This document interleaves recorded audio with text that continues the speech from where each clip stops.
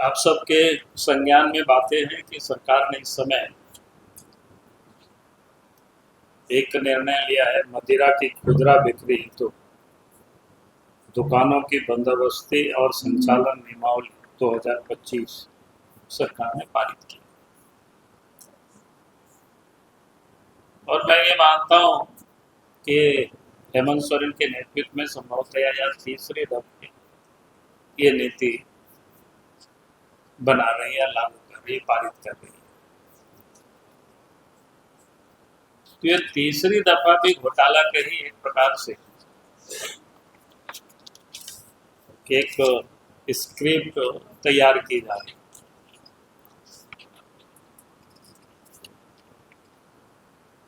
क्योंकि इसमें जिस प्रकार से उन्होंने प्रावधान किया है नीलामी का, एक तो यूनिट और एक यूनिट में 1 से 4 दुकानें तक हो सकती है, इस प्रकार के अखबारों ने छापा है, काफी सब लोगों ने छापा। तो इस प्रकार की कोई एक व्यक्ति या एक समूह अर्थात कोई कंपनी अधिकतम 12 यूनिट तक वो ले सकते हैं। अगर इस हिसाब से आप जोड़ेंगे तो फिर कुल मिलाकर के ध्यान में आता है कि भी कुछ लोगों को लाभ पहुंचाने के लिए, उपकृत करने के लिए ये सारे नियमावली इन्होंने पारित की।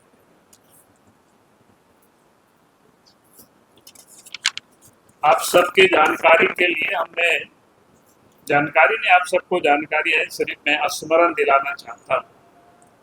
1/9/2024 को भी हमने राज्य सरकार को एक पत्र लिखा और 1/2/9/2000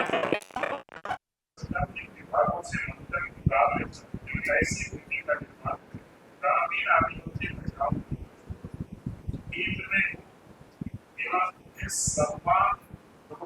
जीविका चलाने में सहायता आपका राज्य के और सामाजिक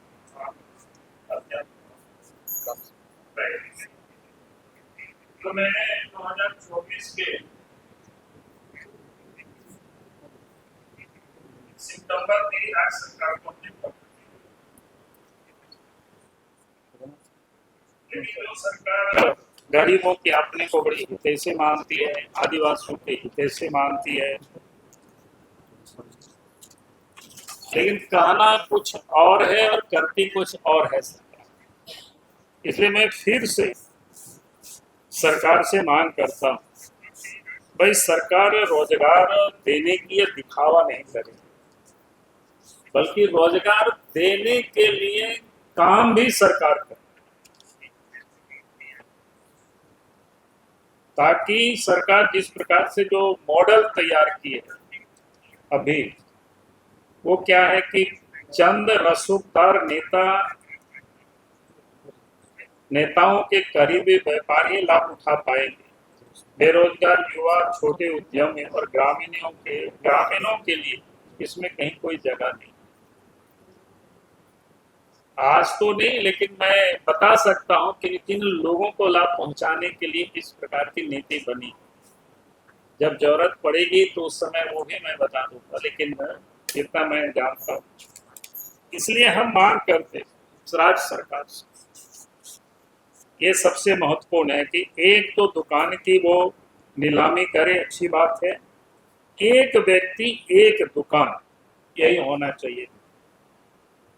इसमें कोई कंप्रोमाइज नहीं होना चाहिए। अगर वास्तव में राज्य सरकार चाहती है यहाँ के लोगों को रोजगार मिले, तो एक व्यक्ति या परिवार के लिए एक दुकान की नीति लागू हो, ताकि शराब व्यापार में भी समान अवसर और पारदर्शिता लाई जाए। आप सबके जानकारी में भी है कि गैस वगैरह भी या पेट्रोल पंप वगैरह में कोई एक व्यक्ति को 2-3 शायद नहीं मिलता है। तो हमारा कहना है कि भी सरकार जब कमीशन बेसिस पर ही होता है, उसमें कोई बहुत डिफरेंसेस नहीं है। इसमें से गवर्नमेंट का राजस्व, इसको कोई नुकसान नहीं होने वाला, सिर्फ सरकार इसको ये नीति बनावे। क्योंकि राज्य के अंदर में आप सबके जानकारी में है कि खुदरा दुकान 1453 आगे बढ़ भी सकता है सरकार की, जैसे अखबारों में मैंने देखा है संकल्प को। तो एक व्यक्ति एक दुकान, यही नियम होना चाहिए। दूसरा हमने कहा कि जो व्यक्ति लाइसेंस ले वही दुकान भी चला। ऐसा नहीं है कि हमारे पास पैसा है, हमने 50 दुकान ले लिया और हमने सब जगह व्यापार कर, तो इसका कोई मतलब नहीं। सरकार को ये सुनिश्चित करना चाहिए भाई एक लाइसेंस उन्हीं को दे जो दुकान चलाता या उनके परिवार के लोग चलाता। इतना तक तो चलेगा कि भाई परिवार के लोग चलाते भी हैं, लेकिन ये नहीं कि भाई बाबूलाल मारडी किसी के नाम से लिया 10 और चला रहा है, तो मैं समझता हूँ ये बिल्कुल अपराध है और ये नहीं होने देना चाहिए सरकार को। इसलिए हमने कहा कि जो लाइसेंस ले वही दुकान भी चलावे। आगे मैंने कहा कि दुकान संचालन में परिवार की प्रत्यक्ष उपस्थिति अनिवार्य हो। ये उसी से जुड़ा हुआ संबंध है, यानी आप दुकान चलाते हैं अपने नाम से और कोई और चला रहा है, यानी प्रत्यक्ष उसके परिवार के लोग चला रहे। अगर बाप के नाम से है तो बेटा बैठ सकता है, पत्नी बैठ सकता है, पत्नी के नाम से पति बैठ सकता है, बेटा बैठ सकता है, ये सब चलेगा जो जितना होता है परिवार के सदस्य के रूप में। तो यानी वही लोग संचालन करे, दुकान में मौजूदगी वो दिखाई पड़े। फिर हमने कहा कि भाई अधिसूचित जो क्षेत्र है झारखंड में, जिसको क्या कहते हैं एरिया, शेड्यूल एरिया, तो शेड्यूल एरिया में आबादी के प्रोपोर्शनेट एसटी को ही दुकानें मिलना चाहिए, आबादी के प्रोपोर्शनेट। ये सरकार को सुनिश्चित करना चाहिए। और उसके बाद ग्रामीण क्षेत्रों में जो महिलाएं दारू हड़िया सब सड़कों पर बेचती है, महिलाओं को उसमें प्राथमिकता मिलनी चाहिए। तो ये पूरे विषय है ताकि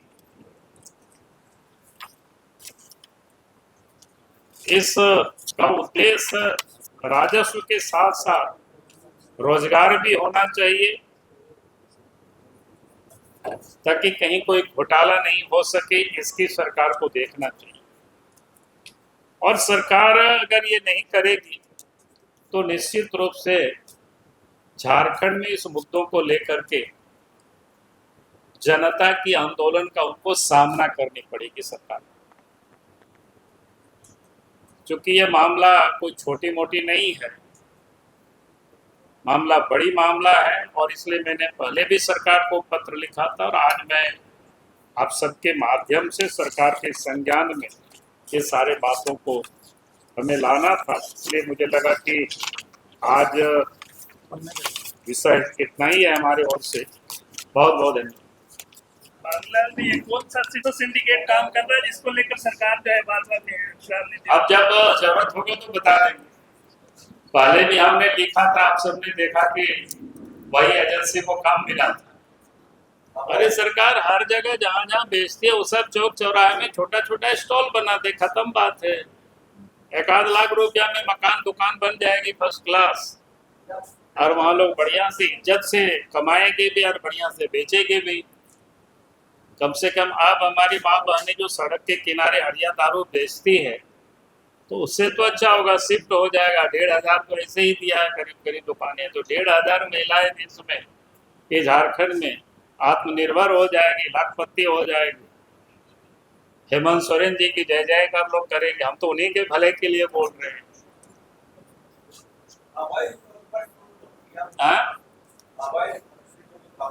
अरे आवेदन तो हम लोग पहले ही कर चुके हैं, हम तो पहले ही यहाँ कर चुके हैं कई एक दफा, ही तो मानने को ही तैयार नहीं है।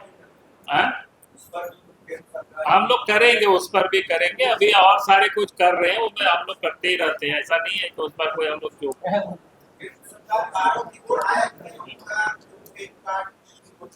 अब उसके लिए आज गवर्नर से लोग अभी मिल रहे हैं।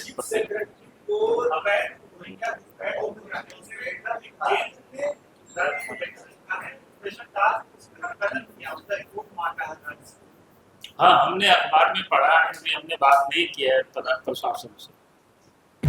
जहां 27 वर्षों के सफर में 17,000 से भी अधिक छात्रों ने डॉक्टर एवं इंजीनियर बनकर भरे सफलता की ऊंची उड़ान। जहां साधारण छात्र भी झारखंड टॉपर्स बनकर बना रहे इतिहास। दूरदर्शी शिक्षाविद श्री विपिन सिंह के मार्गदर्शन में मेडिकल एवं इंजीनियरिंग के लाखों छात्रों के लिए आशा की किरण के रूप में गोल नेशंस लीडिंग इंस्टीट्यूट।